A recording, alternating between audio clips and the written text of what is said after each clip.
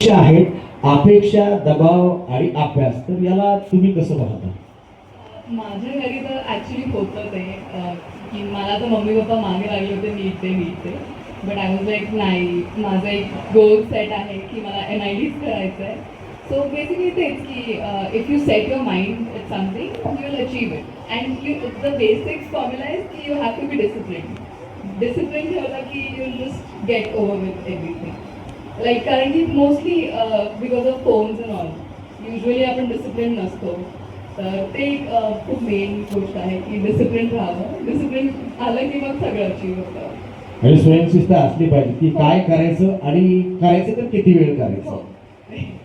दादा, तुम्ही काय सांगाल की तुमचा अनुभव कसा आहे एकंदरीत टाइम मॅनेजमेंट किंवा स्टडी ह्या एकंदरीत सगळ्या गोष्टींकडे तुम्ही कसं पाहता?